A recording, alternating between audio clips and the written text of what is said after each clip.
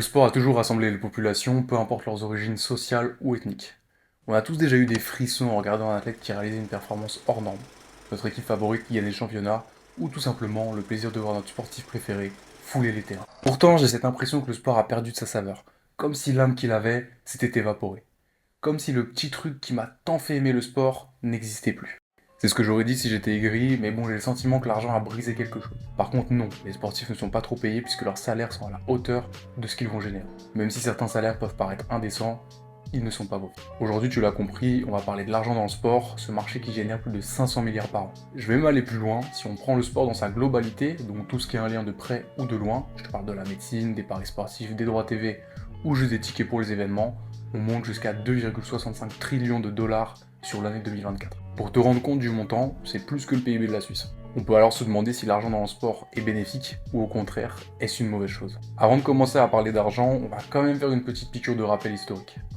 On va se diriger au 19e siècle, là où le sport a commencé à réellement se développer et se professionnaliser.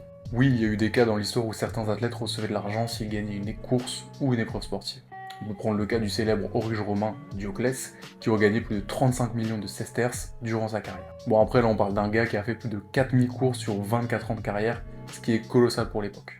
Enfin même pour notre époque en réalité c'est énorme. À la base, le sport n'avait pas pour but d'être lucratif, c'était juste récréatif et c'était pour la plupart des gens issus de la bourgeoisie qui pratiquaient. T'as bien sûr des exceptions avec des sports comme la boxe et le rugby par exemple. Il faut donc attendre la fin du 19e pour que le sport se professionnalise. On va surtout s'attarder sur le foot, parce que c'était le plus simple pour voir l'évolution des salaires. Donc petite escale en Angleterre, au début les meilleurs joueurs touchaient 2,5 livres par semaine, c'était un complément de revenu, mais déjà à l'époque, ces sommes choquaient la presse. Au début des années 1890, on passe à 5, voire 10 livres pour les tout meilleurs. Jusqu'au début des années 1960, les salaires vont augmenter en environ 20 livres par semaine. C'était à peine supérieur comparé au salaire des ouvriers. Cette faible augmentation était notamment due à la création du salary cap en 1901, qui plafonnait les salaires et supprimait les primes.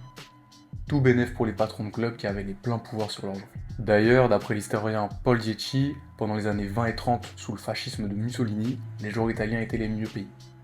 Raimundo Orsi, joueur italo-argentin de la Juventus Turin, avait le salaire le plus élevé du continent. Bref, repartons en 1961, le salary cap est aboli officiellement, même si certains clubs le gardent officieusement. Johnny Haynes est alors le premier joueur à toucher 100 livres par semaine. Ce qui va notamment contribuer à l'explosion des salaires, c'est les droits de retransmission. Tout a commencé en 1937 lorsque la BBC a retransmis le match d'entraînement de l'équipe d'Arsenal qui a eu un franc succès. Ça marque le début des retransmissions sportives qui ne feront que croître après la Seconde Guerre mondiale. Mais bon, il faut quand même attendre le milieu des années 80 pour que le prix des retransmissions TV explose. On va prendre l'exemple de la Première Ligue. Enfin, c'est son équivalent puisque la Première Ligue a été créée en 92. En 1988, les droits de télévision s'élèvent à 2 millions de livres par an.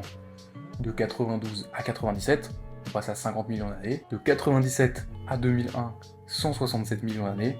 Et ça va ne faire qu'augmenter au fur et à mesure. Pour la période 2007-2010, les droits TV ont été vendus pour 1,706 milliards de livres. Et le dernier contrat qui a été signé a atteint le montant record de 6,7 milliards pour la période 2025-2020. La Première Ligue qui est actuellement la deuxième ligue la plus riche derrière la NFL. Ces augmentations qui vont permettre de comprendre pourquoi on va passer par exemple de Roberto Baggio en 1995 et ses 240 000 € par mois à des Kylian Mbappé qui sont à 3 millions par mois. Et c'est même pas les plus hauts salaires, surtout quand on a un Cristiano Ronaldo qui touche 200 millions à l'année. Du coup vient une autre question, est-ce que les salaires des sportifs vont continuer à augmenter? Le propriétaire des Dallas Mavericks, Mark Cuban, pense que les athlètes finiront par avoir des salaires en milliards. Do you believe we're going to get to a point in time, I don't know how soon, probably because of where it's going, that we're going to see an NBA player with $1 billion contract? Yeah. Yeah, for sure. $1 billion, Mark?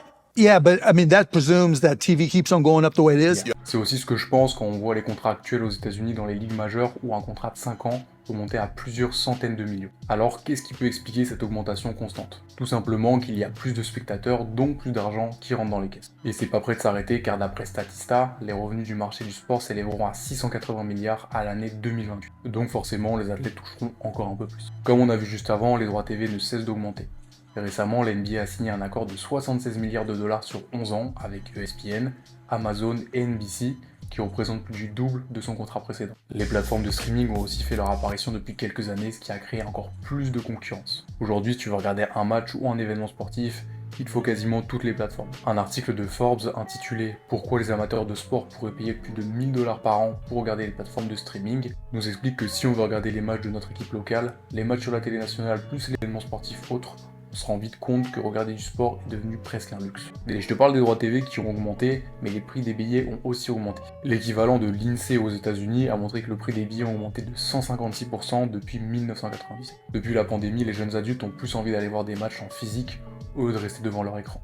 Forcément, il y a plus de demandes, donc les prix explosent. C'est pour ça qu'on se retrouve avec des places pour le Super Bowl 2024 qui étaient pour les moins chers à 8 000 $ et 57 000 $ pour les plus chers. A titre de comparaison, le prix des billets pour le Super Bowl de 2019 était entre 4 350 et 14 000 $. Depuis l'introduction de la télévision dans les foyers et son nombre qui continue de croître, les sports ont su s'adapter à cette nouvelle façon de consommer. À cause ou grâce, ça dépend de quel point de vue on se place, les sports ont su s'adapter et changer les règles pour les rendre plus télégéniques. C'est pour ça que certains sports ont le quasi-monopole sur les chaînes de télévision, comme le foot. Alors que d'autres, comme le volley, ont plus de mal à s'imposer.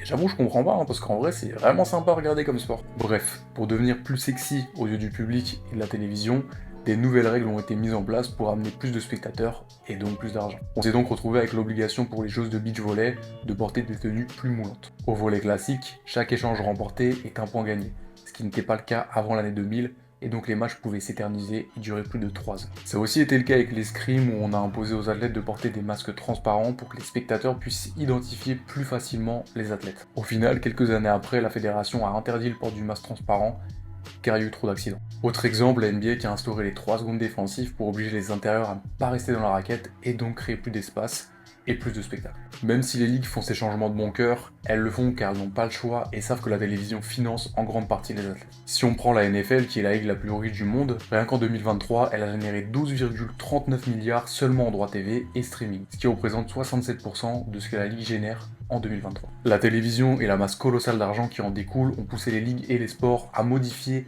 ou ajouter certaines règles pour attirer toujours plus de spectateurs. Pourtant, on ne parle pas assez des athlètes, malgré que ce soit au final les principaux concernés. On regarde seulement l'argent qu'ils gagnent, on les critique lorsqu'ils sont mauvais et on les acclame lorsqu'ils sont excellents. Depuis l'explosion d'internet, des réseaux sociaux, la recherche de la performance et du spectaculaire n'a jamais été aussi importante. Cette quête de la performance est poussée par les spectateurs, les consommateurs si vous préférez, qui espèrent toujours voir plus de performances hors du commun. Mais tout ça a un prix, la santé des athlètes qui essayent toujours d'aller plus loin dans leur sport, leur quête d'excellence. Sur le papier, rien de mal que de vouloir se perfectionner et s'améliorer.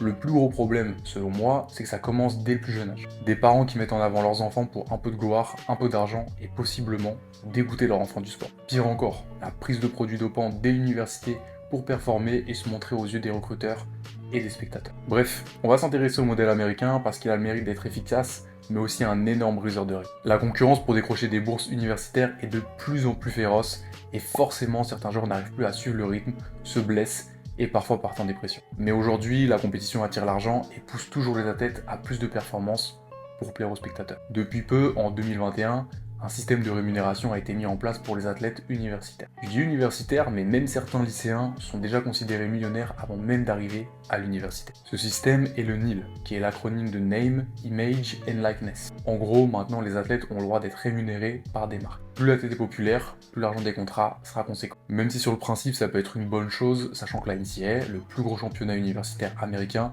génère plus d'1 milliard de dollars par an. Ça semble être un juste retour pour les athlètes qui s'investissent énormément pour en arriver là. Mais cet argent est aussi une pression supplémentaire car la compétition sera d'autant plus importante pour au final que certains en profitent plus que d'autres. Certains athlètes ne vont pas être récompensés pour leur niveau, mais seulement parce qu'ils ont un marketing plus solide que les autres. Et c'est ce qu'a très bien compris la gymnaste Livy Dunne, je sais pas si la prononciation est bonne, qui n'est pas du tout la meilleure gymnaste à LSU, mais pourtant a un énorme contrat de plus de 4 millions annuels parce qu'elle a un physique avantageux et sait le vendre. Je précise, elle reste quand même une athlète de division 1 avec une bourse qui est très rare, on parle de 2% des athlètes, donc déjà un niveau incroyable. De base, je trouvais que c'était un bon moyen de récompenser les athlètes pour récompenser leur sacrifice, mais maintenant c'est devenu le jeu de celui qui aura la meilleure image. En fait, j'ai l'impression que tout cet argent fait perdre le réel amour que les athlètes ont pour leur sport. Si je grossis le trait, l'objectif n'est pas de faire carrière, mais gagner beaucoup d'argent. L'historien spécialiste des pratiques sportives, des représentations d'hygiène et du corps, Georges Vigarello, nous dit que le sport est le reflet de nos sociétés. Il ajoute « Le succès du sport tient au fait qu'il incarne le modèle idéal de nos sociétés ». En soi, je peux qu'être d'accord avec cette affirmation, même si lui considère que c'est positif lorsqu'on lit un peu plus ce qu'il dit. Je finirai par dire que si le sport est le miroir de notre société, alors il va devenir fade, lisse et basé sur l'apparence. Le seul objectif étant d'être lucratif, même si la santé et le plaisir des athlètes passent à la trappe. On peut alors se demander, est-ce que le sport a perdu toutes ses valeurs et n'est qu'un générateur d'argent ?